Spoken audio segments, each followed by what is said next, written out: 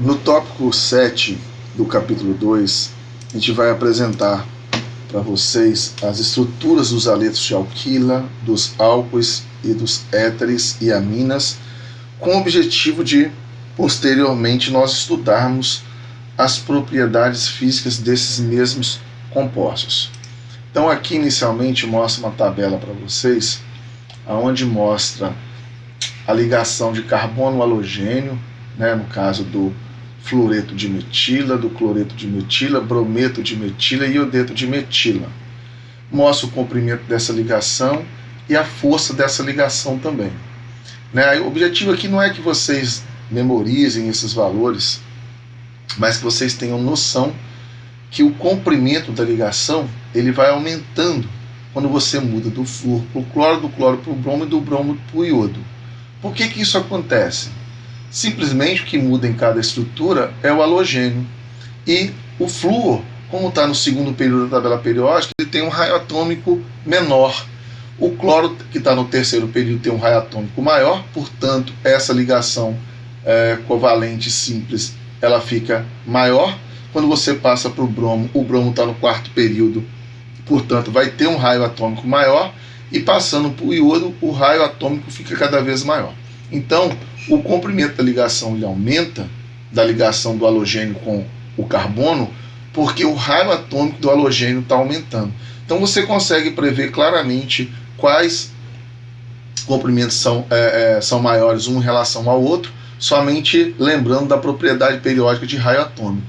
E nós percebemos também que aqui é a força da ligação, que uma ligação menor, aqui está dado em duas unidades, o quilocalorias por mol e o quilojoule por mol. Aqui basta multiplicar por 4,18 para você converter em quilocaloria para quilojoule. Mas analisando só os valores em quilocalorias, por exemplo, você percebe que quando a ligação ela é mais curta, ela necessita de maior energia para ser quebrada. E a ligação maior, mais longa, precisa de menos energia para ser quebrada. Então isso vai influenciar lá na reatividade desses aletos de alquila que nós vamos estudar na Orgânica 2, tá certo? Agora a gente vai falar um pouquinho da estrutura de álcool e éteres. Bom, aqui mostra a forma do álcool, que a diferença do álcool para a água é só a troca desse grupo R, alquila, que tem em um álcool, e no caso da água você teria 2 átomos de hidrogênio, Então esse átomo de oxigênio, tanto na água como no álcool, ele tem uma hibridação sp3, como nós já explicamos no capítulo 1, na Orgânica 1. E o oxigênio tem 2 pares de elétrons não ligantes. Ele tem um arranjo tetraédrico da molécula, só que a geometria desse oxigênio ela é angular. Então, aonde você tem a hidroxila numa molécula de álcool, você tem aqui uma parte de caráter polar na molécula de álcool, e nós já estudamos, vocês já estudaram em química geral, que quando você tem um átomo muito eletronegativo, o hidrogênio ligado a um átomo muito eletronegativo, como o oxigênio, essa estrutura consegue formar interações intermoleculares fortes de ligação de hidrogênio, que nós vamos lembrar aqui.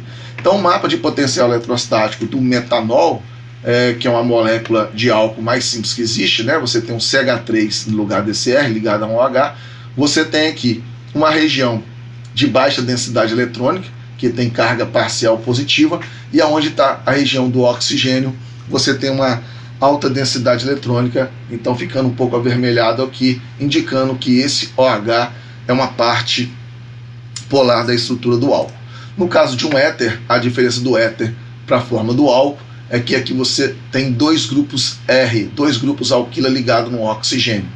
Então também o oxigênio aqui é um híbrido sp3, também tem um arranjo tetraédrico e a geometria é angular, pelo oxigênio ter 2 pares de elétrons não ligantes. E aqui também você tem um mapa de potencial eletrostático. Essa região esverdeada, ela indica uma região de baixa polaridade na molécula. E você vê onde está o oxigênio, uma região com a densidade eletrônica alta, mostrando por essa coloração avermelhada. Então, no caso do éter, aonde está o oxigênio, essa parte da molécula ela tem uma certa polaridade. Aonde você tem apenas carbonos e hidrogênios, a parte da molécula apresenta baixa polaridade, ou a gente pode considerar que seria apolar. Então, No comparação ao álcool e o éter, no álcool, como eu falei, consegue formar ligações de hidrogênio, que são interações intermoleculares fortes. Já no éter não consegue. A molécula de éter, a interação intermolecular de maior força vai ser do tipo dipolo-dipolo. Lembrando que todos os grupos R das moléculas conseguem interagir por interações do tipo de força de Van der Waals ou força de London, também conhecido como dipolo induzido, que são interações fracas. Na verdade, todas as moléculas elas têm esse tipo de interações fracas, que seriam as forças de Van der Waals, tá certo? Nesse caso, aqui a mais importante é a ligação de hidrogênio, e aqui, nesse caso, seria a dipolo-dipolo, apesar que todas as moléculas têm a interação do tipo forças de Van der Waals, tá certo? Agora, indo para a estrutura de aminas. Aqui nós temos o exemplo de uma amina primária, secundária e terciária. A estrutura de uma amina é muito parecida com a estrutura da amônia, como nós explicamos nos tópicos anteriores, na parte de nomenclatura de amina. A amina é derivada da estrutura da amônia. Então, se você troca um hidrogênio e coloca um grupo alquila, você tem uma amina primária.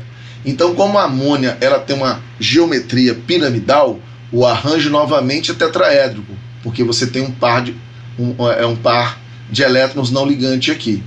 Mas a geometria ela é piramidal, e o nitrogênio também tem hibridação sp3 em todos os casos aqui. Né? A diferença da primária para a secundária é que aqui você tem 2 grupos alquila, né? E para a terciária que você tem 3 grupos alquila.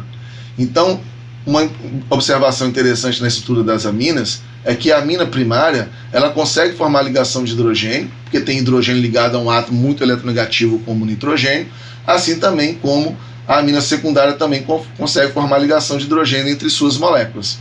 Já a trimetilamina, que é uma amina terciária, ela não tem hidrogênio ligado diretamente ao nitrogênio, portanto, é uma molécula que não consegue formar interações do tipo ligação de hidrogênio, podendo formar interações do tipo dipolo-dipolo, sendo as mais intensas. Novamente, frisando aqui, todas essas moléculas podem formar interações do tipo força de Van der Waals ou força de London, que são interações fracas.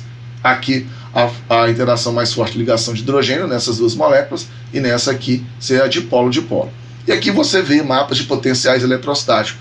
Aonde está o nitrogênio, você tem uma maior densidade eletrônica devido a maior eletronegatividade do átomo de nitrogênio, né? E também devido ao par de elétrons não ligantes que está sobre ele, correto? Então, onde está o nitrogênio, você tem uma maior densidade eletrônica. Na região onde você concentra apenas carbonos e hidrogênios, ela tem baixa polaridade e é considerada apolar. Portanto, na química orgânica é bastante fácil você perceber qual região da molécula ela é polar e qual que é apolar. Se a molécula tiver na sua estrutura apenas carbonos e hidrogênios, essa região vai ser sempre apolar. Então, os hidrocarbonetos, os alcanos, por exemplo, nós já estudamos a nomenclatura dele neste capítulo, são sempre moléculas apolares. Quando começa a aparecer um oxigênio, essa parte da molécula passa a ser com uma determinada polaridade a ser considerado. Então, nas moléculas de água, de álcool, né, você tem a hidroxila, que gera uma parte polar na molécula, assim como na molécula de éter, como nós vimos no slide anterior. Já nas moléculas de amina, você tem o nitrogênio. O nitrogênio é que dá a característica da região polar dessa molécula. Então, as moléculas orgânicas podem ter partes polares e partes apolares, correto? Então, a gente termina esse tópico 7, que foi com o objetivo apenas de mostrar as estruturas dessas substâncias, para que nós pudéssemos estudar agora no próximo tópico as propriedades físicas. Até a próxima aula.